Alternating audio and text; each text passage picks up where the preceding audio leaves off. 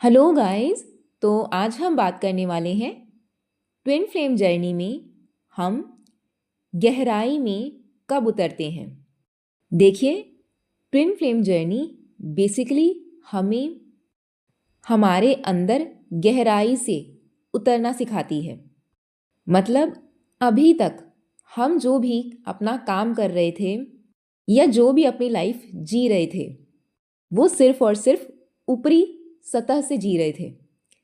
देखिए, काफ़ी लोगों को लगता है कि ट्विन फ्लेम जर्नी में सिर्फ डीएम और डीएफ ही मिलते हैं और उनका यूनियन ही लास्ट स्टेज होती है इस जर्नी की।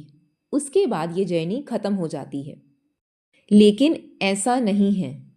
ये जर्नी आपको आपकी गहराई से, आपको आपकी सच्चाई से रूबरू कराती है।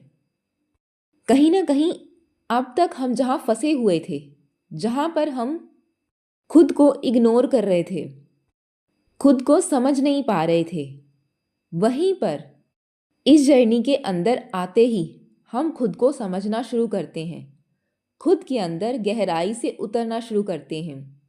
कैसे? सबसे पहले हम मौन धारण करना सीखते हैं। देखिए, आप सबको पता होगा कि डीएफ एनर्जी जेंडर स्पेसिफिक नहीं है। डीएफ एनर्जी कहीं ना कहीं अपने इमोशंस को बहुत ज़्यादा जाहिर करती है, अपनी तकलीफ़ों को, अपनी बातों को बहुत ज़्यादा शेयर करती है।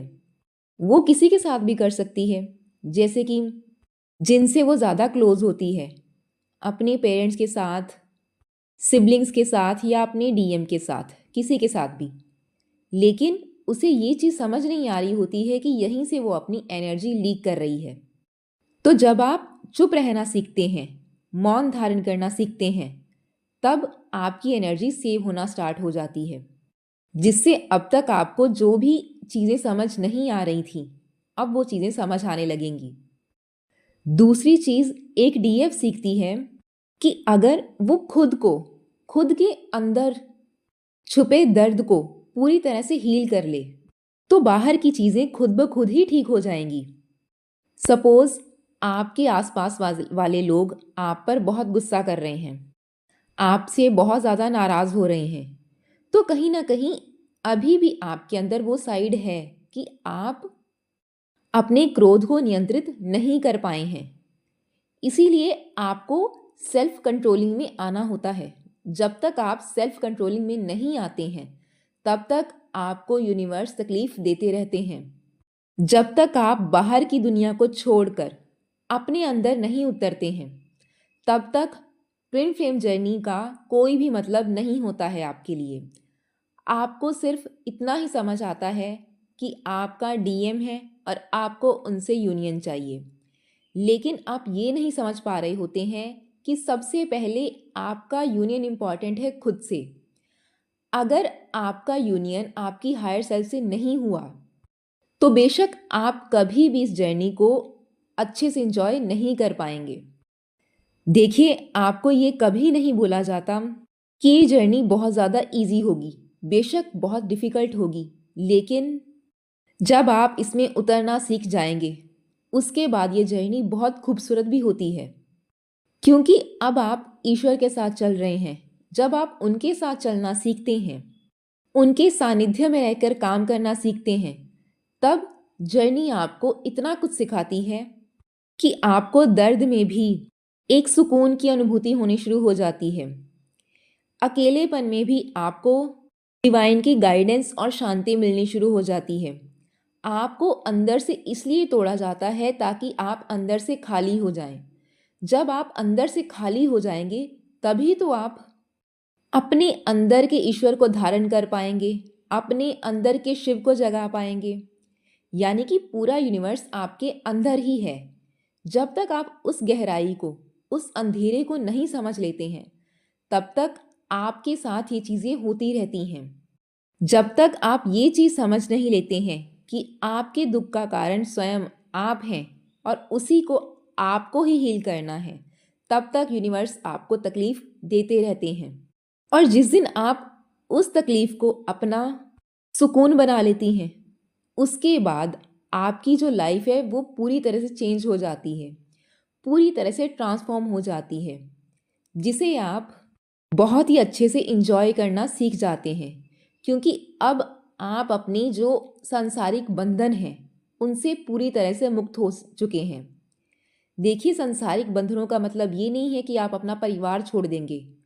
इसका मतलब ये है कि आप उनका त्याग अपने मन से कर देते हैं। जो चीज़ मन से त्यागी जाती है उसके बाद आपकी लाइफ में उस चीज़ का कोई भी वजूद नहीं रह जाता है और आप अपनी लाइफ एकदम इंडिपेंडेंस से, शांति से जीना शुरू करते हैं।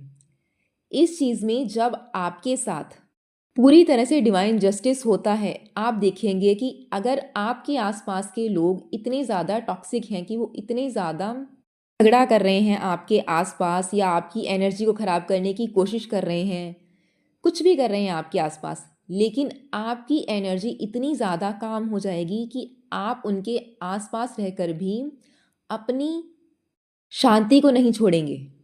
क्योंकि आपको अब वो चीज़ें समझ आनी स्टार्ट हो चुकी हैं, क्योंकि ईश्वर आपको समझाना चाहते थे। तो इसलिए जितना हो सकता है उतना ही खुद के फियर से सामना करने की कोशिश कीजिए, ना कि उससे भागने की कोशिश कीजिए। उसके बाद आती है आपके अंदर की स्थिरता। देखिए, जब तक आप स्थिर नहीं हैं, जब तक आप शांत नहीं हैं, तब तक कोई भी चीज़ आपको अपने बहाव में बहाकर ले जाएगी। अगर आप स्थिर हैं तो आपको चाहे कितना भी आपके आसपास वाले लोग आपको क्रोध दिलाने की कोशिश करें, लेकिन आप वो क्रोध नहीं करेंगे। क्यों? क्योंकि आपने स्थिरता धारण कर ली है, आपने खुद को समझ लिया है।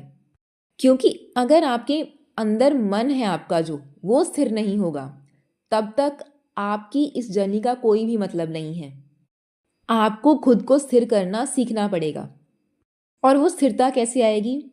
रूटीन से। आपको रूटीन से अपना इनर वर्क कंप्लीट करते रहना है। एक भी दिन मिस मत कीजिए। क्योंकि जब भी आपके आगे प्रॉब्लम्स खड़ी होती हैं और जब आप उनका सामना करते हैं तो धीरे धीरे वो चीज़ें आपके सामने स्थिर होना स्टार्ट हो जाती हैं। आप अपनी हिम्मत से उनको कम करना स्टार्ट कर देते हैं, भले ही कितनी बड़ी मुसीबत क्यों ना हो।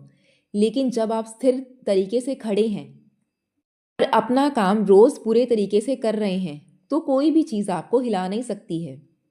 देखिए, एक पेड़ स्थिर क्यों खड़ा रहता है?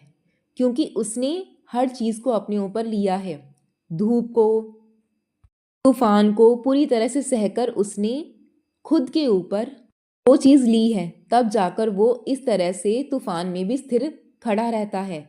देखिए, जब एक बीज को आप मिट्टी में बोते हैं तब वो अंधेरे का सामना करता है, फिर जब वो टूटता है तो एक पौधा बनता है। वही पौधा जब वृक्ष बनता है तब वो स्थिर खड़ा रहता है। ऐसी ही कहानी आपकी इस जर्नी में होती है। पहले आपको अंधेरे में डाला जाता है ताकि आप उस अंधेरे का सामना करके टूट के निकल के आएं। और फिर जब आप एक पेड़ बन जाते हैं, मजबूत हो जाते हैं अंदर से, तभी तो आप अपनी जर्नी का मतलब समझ पाते हैं। तो इसलिए आपको वो चीज़ें सीखनी पड़ती हैं, समझनी पड़ती हैं, तभी आपकी जर्नी मजबूत होती है। तो आई होप आपको मेरी बात समझ में आई होगी। Thank you.